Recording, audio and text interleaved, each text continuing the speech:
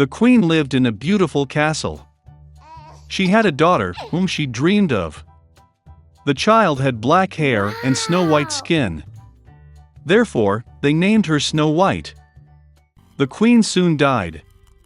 The king did not grieve for a long time. A year later he brought a new queen to the palace. She was beautiful but angry. The woman brought a magic mirror with her. Every day she admired her reflection in him and asked him the same question: who is the most beautiful in the world? The mirror has always told only the truth. Therefore, it honestly praised the beauty of the queen, and the woman beamed with happiness. Snow White grew, and every year her beauty blossomed brighter. And now, once again, speaking to the mirror, the queen heard in response that now she is not the most beautiful in the world, but Snow White. The queen was not going to endure this in her own palace. She ordered her faithful servant to lead the princess into an impenetrable thicket and kill. No. But the servant could not, even for the sake of the queen, kill the sweet girl. He brought the princess into a dark forest and let her go. And he himself returned to the castle and told the queen that he had followed her order. For a long time, the princess wandered through the forest. Along the way she was helped by all kinds of forest inhabitants. Wow! Snow White was very kind to them, and therefore they became strong friends. In the evening, the princess accidentally stumbled upon a small house. She went into it and saw that there was no one in the house. The table was set for 7 people, and there were 7 cots in the bedroom. And everything in this house was very small. Therefore, Snow White realized that 7 little people live here. After a long and difficult journey, she lay down on one of the beds and fell fast asleep.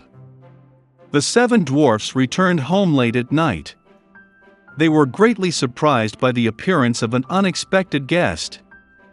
Sleeping Snow White was so charming that the dwarves decided to let her sleep, and did not wake her. Morning has come. Snow White woke up, saw the 7 dwarfs, and was scared.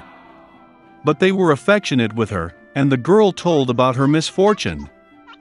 They immediately liked Snow White, and the dwarfs invited her to stay with them.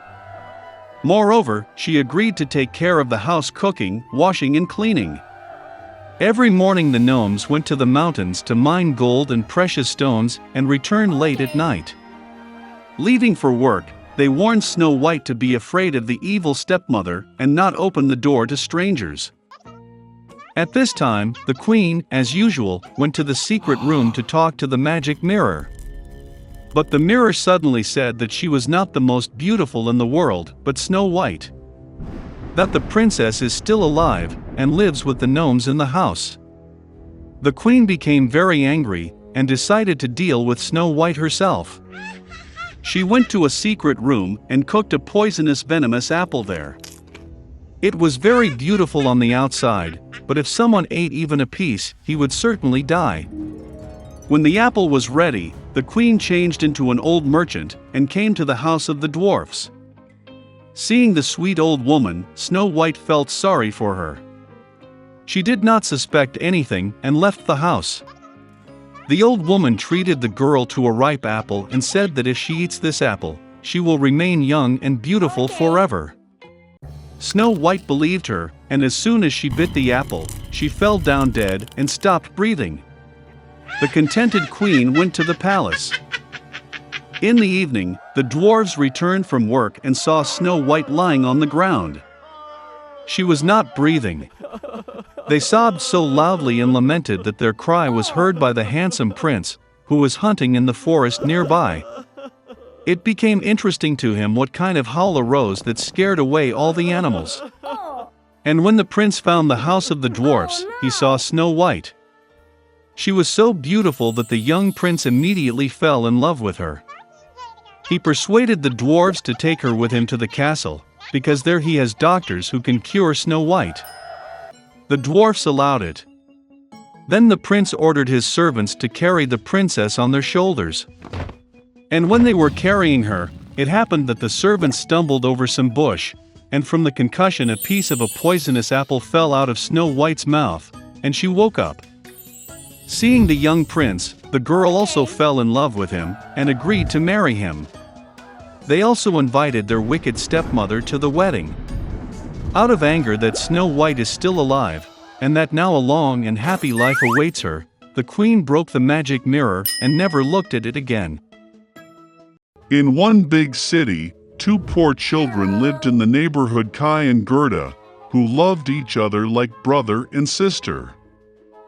Parents allowed them to walk to each other on the roof to visit and sit on a bench under the roses. In the warm season, they spent all their time here, inventing different games, and in the winter they loved to sit by the warm hearth and listen to amazing stories that their grandmother often told them. Once, when the children were looking at a picture book, Kai felt something prick him in the eye and heart. These were the fragments of the mirror of the powerful lady, the Snow Queen. Since then, the boy's behavior has changed dramatically. He became angry, rude, and cruel. One day, Kai went tobogganing and never returned. When Gerda found out about Kai's disappearance, she cried for a long time. But she was sure that Kai was alive, so she decided to go in search of him. For a long time, Gerda walked through the forests, through the fields, and then she came across a wonderful house, buried in flowers. The hostess came out to her. It was an old sorceress in a large straw hat. The old woman really liked Gerda, and therefore she bewitched the poor girl and left her with her forever. Gerda forgot about the purpose of her journey and spent a lot of time playing in the wonderful garden of the hospitable hostess. Once she accidentally saw a rose and remembered Kai, and immediately waking up from the magic, went on the road. On the way, Gerda met a big smart raven. He told the girl that he knew a princess who was about to get married, and her fiancé looked very much like Kai. The raven agreed to take Gerda to him. Once in the palace, Gerda managed to see the future prince. Unfortunately, it was not Kai. The princess, having heard the sad story of the girl, presented her with a golden carriage with a coachman and servants, as well as shoes, a muff, and a wonderful dress. And Gerda hit the road. In the dark forest, the sparkling carriage immediately caught the eye of the robbers, who immediately attacked it. The robber took Gerda prisoner. She took Gerda to the robber's castle to show off her menagerie, which contained forest pigeons and reindeer from Lapland. Hearing the story of her captive, the robber took pity on her and released her along with the reindeer in search of Kai. The reindeer brought the girl to the old Lapland woman, who warmed and fed the exhausted girl.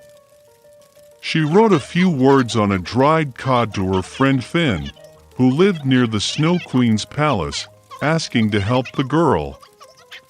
She explained to Gerda that the reason for Kai's bad behavior was the fragments of the mirror that hit his heart and eyes, and he would never be the same if the ice was not melted by the power of a warm, loving heart. Gerda went to the palace of the Snow Queen alone. No one dared approach the house of the powerful mistress. She was very cold and scared. Finding herself in the castle, Gerda was surprised how cold, deserted, and dead he was.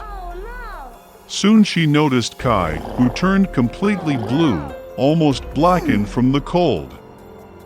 The boy sat in a corner and tried to lay out the word eternity from the ice floes, because in this case he would have received the whole world and a pair of new skates as a gift from the Snow Queen. Gerda rushed to Kai, hugged him tightly and cried. With her hot tears, she melted the splinter stuck in the boy's heart. Having picked up, Kai also began to cry, and the second shard flowed out of his eyes along with tears. How happy they were to see each other! But there was no time for joy. They had to get out of the ice palace before the Snow Queen returned. When Kai and Gerda finally got out of the kingdom of the Snow Queen, they hurried home. On the way back, they met all the friends who helped Gerda in her search. At home, their favorite blooming roses were waiting for them, and everything that happened was soon forgotten by them, like a heavy dream.